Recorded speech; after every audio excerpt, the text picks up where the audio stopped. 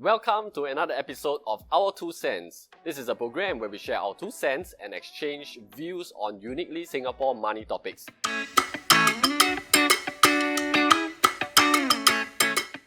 So in this episode, we'll be talking about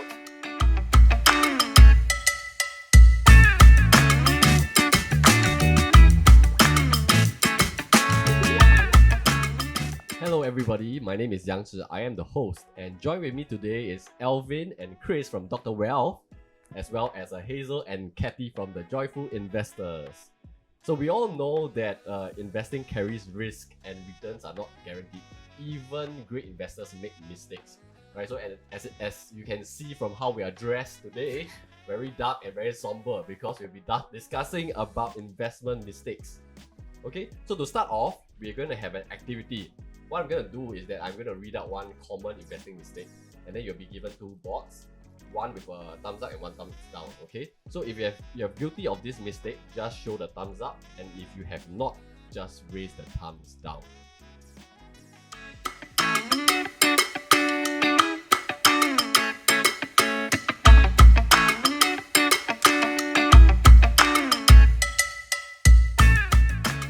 Okay, so let's start off with investing mistake 1. Selling because the stock price dropped too much. Have you all made the mistake before? Yeah. Oh, okay. There's green, red. Okay, so I know it looks a bit counterintuitive, but over here we encourage making mistakes and learning from mistakes. So if you made a mistake before, it's a thumbs up. Okay, so let's hear from the audience here. Alvin, maybe we start off with you. Sure. I made a lot of mistakes along the way. I mean, even after investing for a while, sometimes, mistakes are still hard to be avoided. Because I think a lot of times, as humans, we have a lot of emotions when it comes to investing. It is easy to say that we shouldn't do this, shouldn't do this, right? But a lot of behavior are driven by emotions without us even knowing that there's taking over our decision-making process. So I think I have many stocks that I have probably sold because the share price went down. And sometimes it's not because the business fundamentals have changed, right? It's more like, there's fear, you don't know whether things will get worse, the doubts start to come. Nowadays, people call it FUD, right? Fear, uncertainty, doubt, right? So it is normal for humans to feel it, and I feel it from time to time. Probably one example is that I recall was GNBY, a Hong Kong listed stock. It does fashion stuff and it was going well actually, but somehow the stock price was going opposite direction. So I bought around $14, it went to like probably $16, $18, then it went down to almost as low as I think $5, $6 if I'm not wrong, right? So that's more than like a 50% drop. So at some point when it rebound to around $7 plus, I thought, maybe I should just sell it and move it to another stock. But even at that point, the business was still going well, like 20+% revenue growth, margins were still good, it was giving dividends as well. So, but it was probably my fear or that it might collapse further, right? A dead cat bounce or what, that was where I sold it. Then after that, the stock went to $20, to almost $20. Okay. So I guess these are kind of the examples where time to time it is difficult to avoid, I would say, as a human being, right? We will always at some point feel this kind of fear. Of course, we will try to minimize this as much as possible and try to think rationally and logically. It is a discipline, I must say. But humans are not perfect. So I believe I'll still make this kind of mistake in the future. I just want to reduce it. I see. Yeah, thanks for sharing. I think even for myself, sometimes when I see the stock price dip by a lot, it can be very scary. On hindsight, right, it's just this personal curiosity, right? So when the price dropped, was there actually any fundamental reason that caused it to dip? Or it was just market? I think in general is that it wasn't like a market downturn or a bear market. It was more of like there were talks about, or maybe the growth is slowing, all these kind of negative news. Naturally, you have some of these events that's happening that cause the share price to go down. Yeah, but sometimes it can also be a case where there is no news, and it might be worse because you will be imagining things. It's like, hey, is there something that I don't know? Why is the share price going down? Then you try to look for news, there's nothing. out there. So I do believe that why some people talk about long-term investing, the conviction in the stock is very important, because your conviction will be tested. Your belief about the stock will be tested when the share price is going against what you think it should go. Especially because of like confirmation bias, right? When you see the price go down, you confirm it with the news and like, oh, okay, let's sell it. Or the FUD will come out. That's true. Thanks a lot for sharing. Let's move on to Kathy. Okay, for me, I take the red one. Okay. Yeah, Because for us, we use our Moneyball investing methodology when we do our investment. So we pick stocks that are fundamentally strong, and we only buy when there is a margin of safety. So let's say if I pick a stock and the price happen to dip quite a bit, then there's no fear, because most of the time it's due to some negative sentiment surrounding the stock, or it's due to a general black swan event. So it's nothing to do with the fundamental of the company, so it's something whereby it can be solved. So I will still hold on to a stock because I know that I choose a stock that is fundamentally good, so it will move up in the long run. So I like to share that as an investor, you must have your conviction that if you like a stock, let's say you like the stock and you buy it at let's say $100, then if it fall to $70, you should still love it, because you know that it's a fundamentally good stock.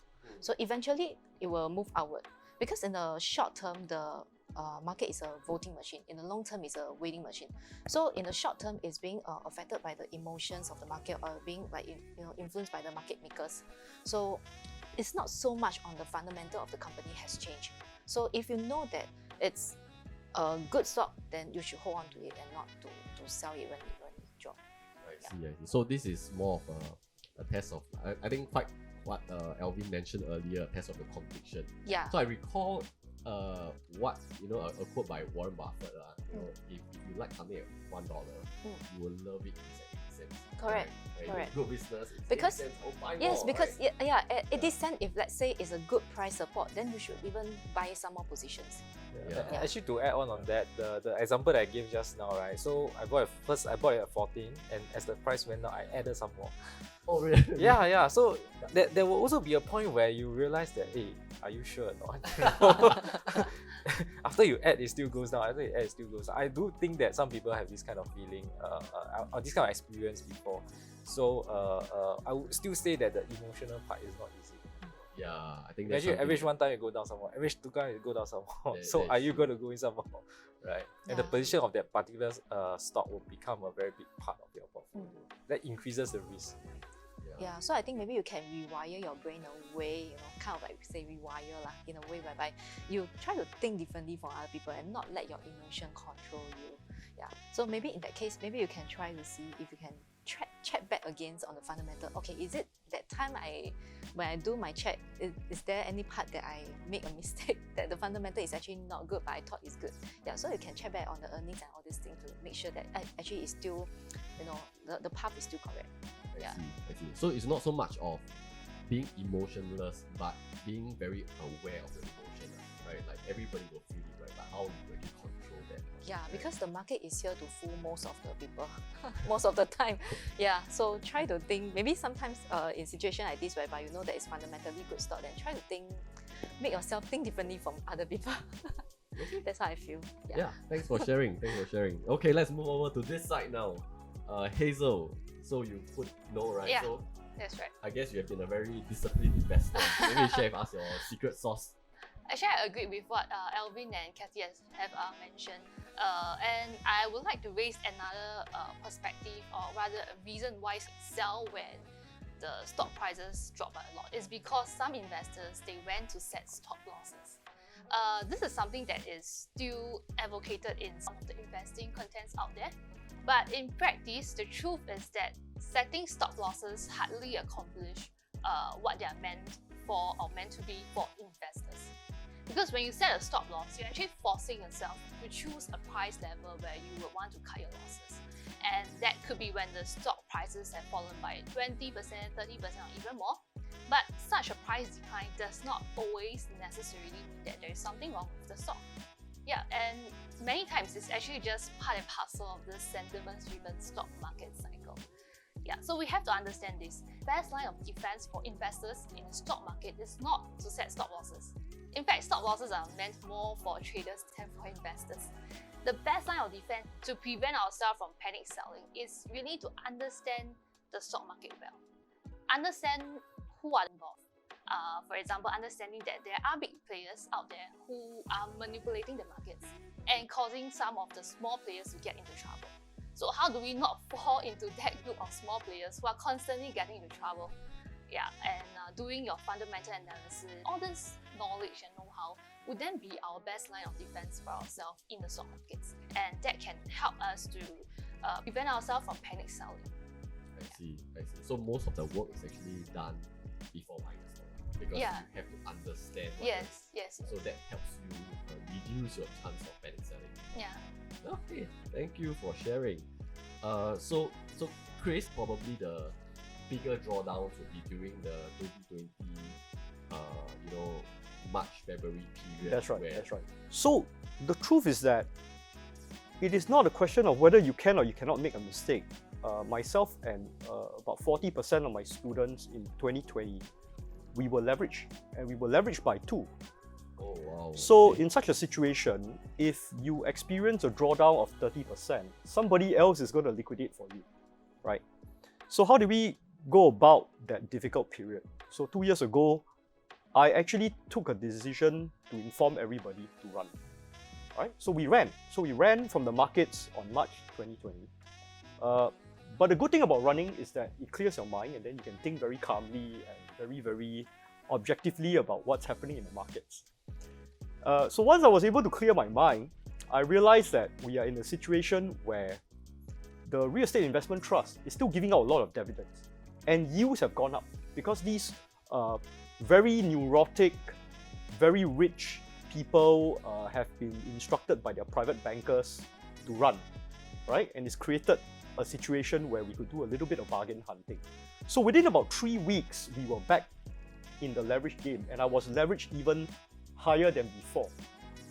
And from then onwards, it was smooth sailing because we didn't have the Delta strain yet, and we basically had about 9 to 10 months of recovery, right? And I was leveraged 2.4.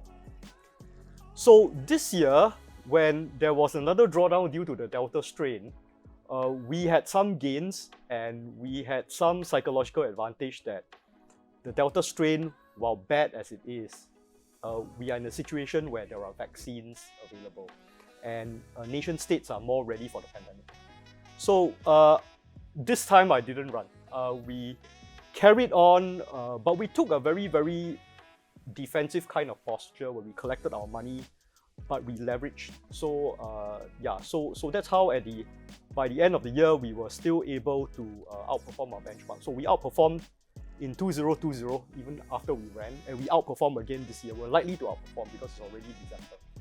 Yeah, so even though we didn't run, I have to say that in 2020 we did run, but we didn't have a choice. Yeah, our drawdown was about 35 to 40% at the time. I see. Yeah, I right. see. Yeah. So I think your approach is more opportunistic, meaning that we are aware of the fear, uncertainty, and doubt. That's Yeah, but we remain humble. That's why you notice that we are invested in Singapore, but we don't laugh at tech investors who are invested elsewhere Well, I because they're guess going it's through the same problem right now. yeah. Yeah, I mean, and- it's a circle of competence. Yeah, and I mean, if they make the right move, they will do even better in 2022. So hopefully, Yeah. Okay. Yeah. Thanks a lot for sharing.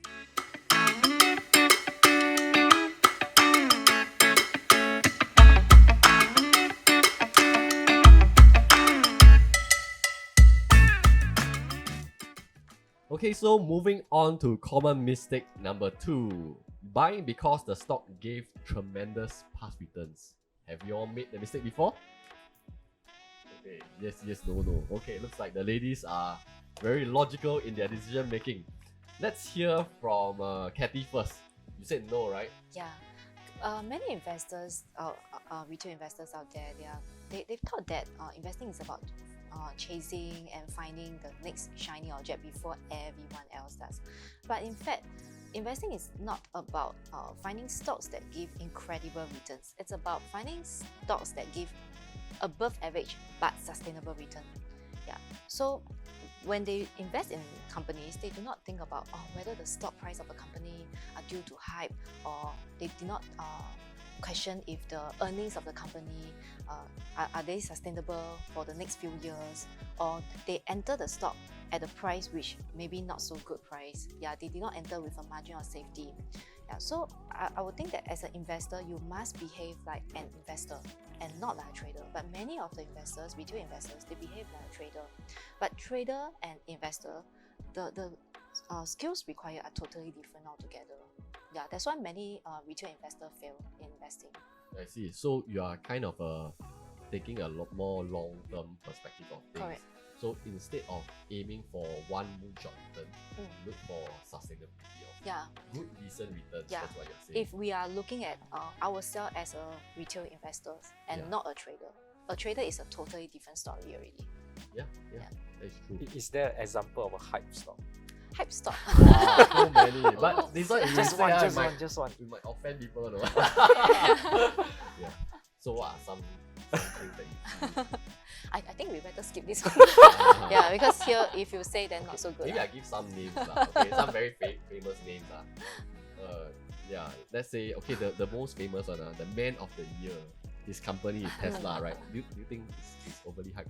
I think so. To some extent. I mean, Yeah. to be fair, I think there can be different sides of It's the just an story. opinion, right? Yeah, but the fact that there's so many fanboys out there, so yeah, probably a bit of hype, right? Yeah. Okay. Thanks for sharing. And risking this part. Yeah. Okay, let's move on to the mistakes. Who shall we hear from? Let's hear from Chris. Okay. Yeah. So I think the point that I want to make is that just because you buy a stock because it's run up a lot may not actually be a mistake. Okay. What I do is that I write computer programs to backtest local stocks. And briefly, if you look at the price history of our local stocks, some do fall into the momentum category, like what Hazel said, and this includes AEM and iFast. And I do buy them as they've gone up. Me too. Right. Of course, there is another group of stocks that happen to be mean reverting, like Keppel Data Center REIT, Netlink Trust. These are the kind of counters where if there is a sudden drop in their price, it's a very good time for you to do a little bit of bargain hunting because you can get above average yields, right? So in such a case, yeah, I'm constantly basically making this mistake because while I have about 80 to 90% of my portfolio in these mean reverting counters, because I'm very comfortable with it as a defensive investor, I do have about 10-15% into these growth stocks, to which I want to emphasize that iFast and AEM are both in this particular portfolio. I agree. Yeah. Good counters, good counters. Yeah. I guess that's also true. Part of it probably is also portfolio allocation. But I think we won't dwell so much into it. Right. But I guess, that's why we don't really see it as a mistake. Yeah, thanks for sharing. Right.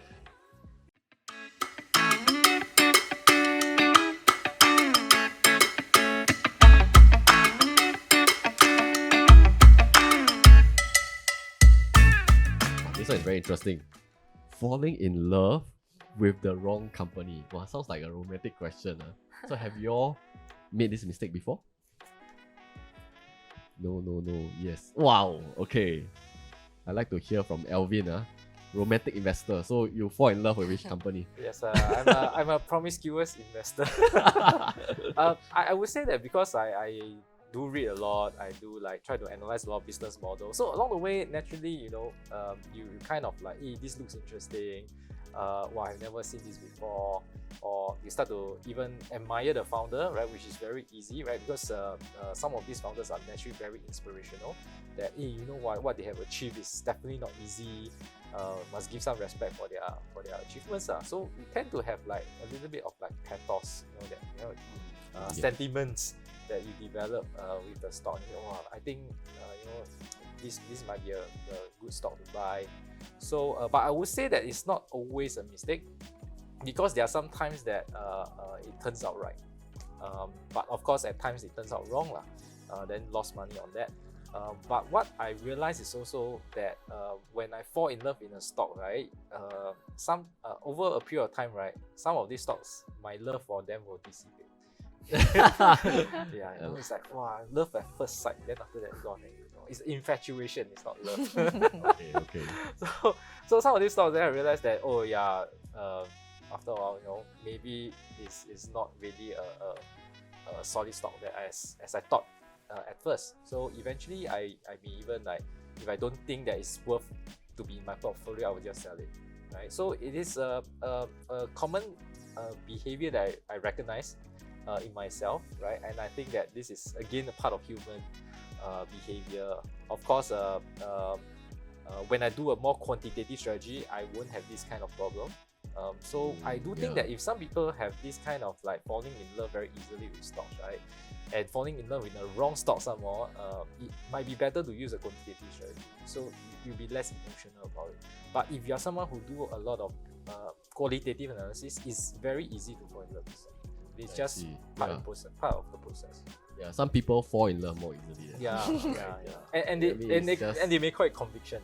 Yeah, that was and what I very wanted to bring out also, right? So it's a bit difficult to differentiate, right? Yeah, because what do you mean by falling in love? The other is like having conviction but not falling in love. That's quite difficult. One to sounds achieve, like there right? is a bit of logic. Conviction sounds like there is some logical thinking behind it. But falling in love sounds like it's just purely blind, right? emotional. Because when love is blind, right? Exactly, you see all can the fall good in love things. with a wrong person, right? Yeah, we love see is it very blind, right? normally. You see all the good, but the bad things you ignore. Yeah. I see. Yeah, that's a good definition.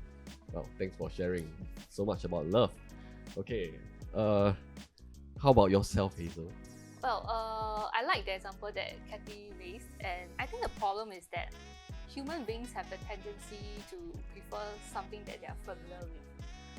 And as a consumer, if you had good experiences using their products and services, then you apply that mindset into investing.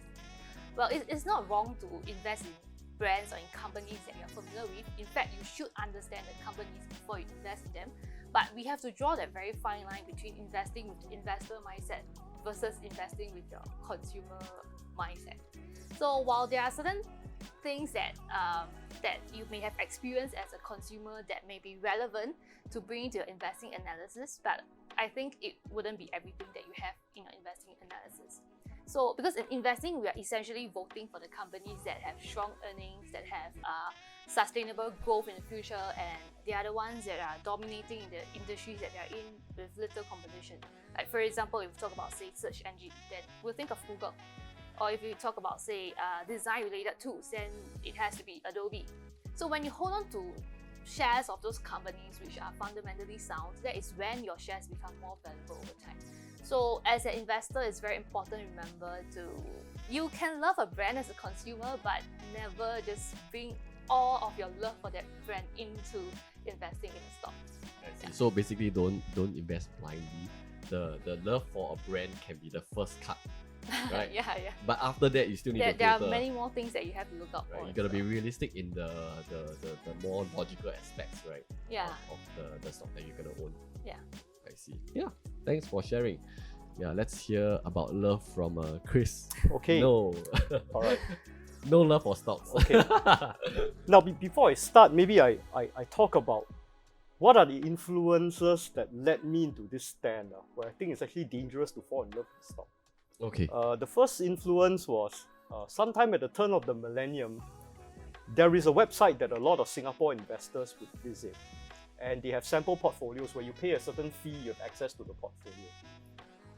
The owner is a very, very distinguished and experienced investor. I was a rookie at the time.